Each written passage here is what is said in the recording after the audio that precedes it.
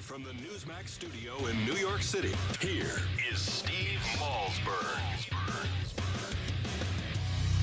What the president is partially threatening to do is something I've been warning about for the better part of 2 years, and that's an executive action that basically grants the equivalent of this deferred action that he granted to people that arrived here as youngsters, granting it to a larger population of people. I think in many respects, for those of us like myself that support immigration reform, that would be one step forward, but 3 steps back. It would further drive this narrative that this is a president not interested in enforcing our laws, which right now is the single greatest impediment to moving forward. All right, folks, Marco Rubio explaining to Chris Wallace what a mistake it would be for the president to sign the executive order that he's threatening to sign. Joining us now is our friend Ruben Navarrette, Jr., syndicated columnist and CNN contributor. Hello, sir.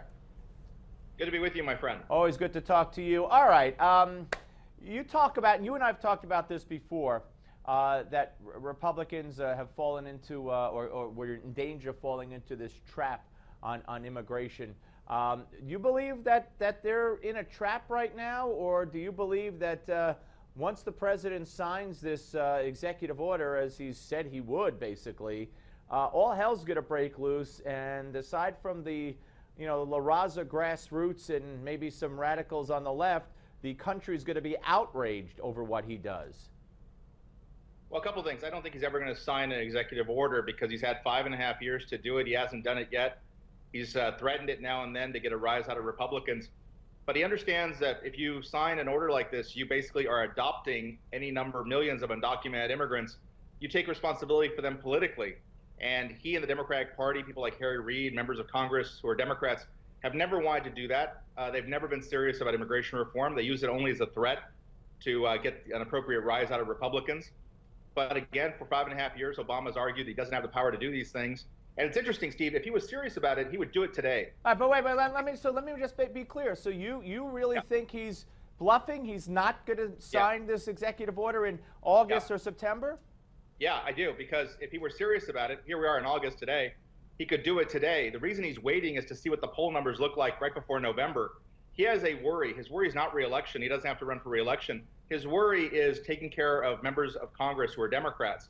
And he does not want to drop on their lap before November the idea that their party granted, quote, amnesty to undocumented immigrants. So it's a tease, it's a ploy, it's a game. 5.5 years we've been through this already. I mean, it's always shocking to me that Republicans and conservatives are so gullible as to think that Barack Obama wants to do right by illegal immigrants. He hasn't done right by them all along. All right, so what's going to happen then when he doesn't sign it? I mean, we have Gutierrez and people from groups like La Raza and all saying that the president has committed to this, and the president himself saying on Friday, that he's going to have to act on the summer vacation without them. His own administration's out there on the Sunday shows talking about how something's going to happen before the end of the summer. But you believe this is all for what purpose? Well, for a couple of purposes. One is it teases Latinos, keeps them in the fold, gets them interested in voting, keeps them, back on the plantation. But wait a minute, but Ruben, with all due respect, once he doesn't deliver by the end of the summer, Latinos, like anybody else, are smart enough to know this guy's screwing with us. No, they're not that smart. Here's why, Steve. They're not that smart? They're not that smart. Speaking as one of them here, they're incredibly loyal to the Democratic Party and gullible. And I'll give you an example. I'll give you proof of that. I have proof. On Election Day in November of 2012, Barack Obama had already deported over 1.5 million people and broken his promise on immigration reform. Latinos rewarded him by giving him 70% of the vote against Mitt Romney. That taught Barack Obama that with this community of people, my community of people, words are just as good as actions. They are gullible and they can be fooled. So no, Latinos are not going to hold him accountable. Well, all right. I mean, okay. It'd be very interesting to see what happens with that. Let's move to your point, Steve, you played a clip by Marco Rubio. It's disappointing to hear Rubio take this tack because the only reason, and let's go back now to June of 2012, when Barack Obama announced his DACA program, Deferred Action for Childhood Arrivals. The only reason he did that, if you go back and look at the archives, is because Marco Rubio was poised to introduce the very same thing in Congress on behalf of Republicans. And I know I was very closely involved with some of the senators who were putting together that program. They talked to me, I talked to them about it. And so this was an attempt by Obama to steal Rubio's thunder. So now to hear Rubio come back and talk about how Obama is continuing this tradition of lawlessness, Well, it's a whole different Marco Rubio. What happened to the old Marco?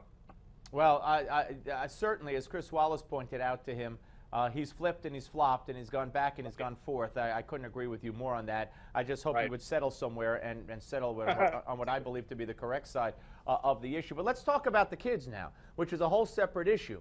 I mean, now they're saying that they expect that by the end of the year there'll be 90,000 of these kids. They're being transported all over the country.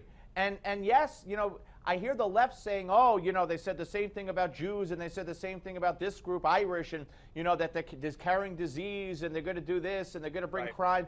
But the fact of the matter is there are epidemiologists, there are doctors who are saying that these kids could have diseases and that, you know, our border is even a threat for Ebola. Yeah, so they did say about the Jews and the Italians that if they brought them here as immigrants, they would commit crime. I asked Myra Lansky and Al Capone about that, right? I mean, it turned out to be true in some cases. It turns out to be true with Latinos as well in terms of crime and disease and the like, because when you're dealing with a mass group of people, you have good and bad apples mixed in. But I would agree with you. The administration has tried to tell the story sunny side up as much as it can. It tries to downplay the stories about gangsters who were coming in on the wave of this immigrant wave. It talks about downplays diseases. It now is spreading this new lie. I think the administration is spreading a lie saying that the numbers are down. I don't see any evidence that the numbers are down at all. All right, so Ruben, we only have a minute and a half left, not to interrupt, but I want to. Yeah. So to me, I won't say you're like Marco Rubio, but where are you on? I mean, you don't like the Republicans on immigration, you don't like Obama on immigration and the Democrats, and you don't put enough faith in Hispanics to hold them accountable. So where are you? How would you describe yourself? Yeah, that's it. You just hit it. That's exactly where I am. Like many Americans, I see the Democratic Party and the Republican Party as a two-headed snake. And on immigration, there's not a dime's worth of difference between them. Everybody wants to be reelected. Nobody cares about the immigrants. Nobody cares about what's happening on the border.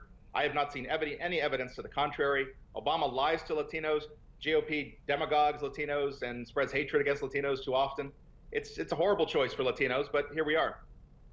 All right. Ruben, always appreciate your honesty. Love talking to you. Thank you, sir. We'll speak to you again soon.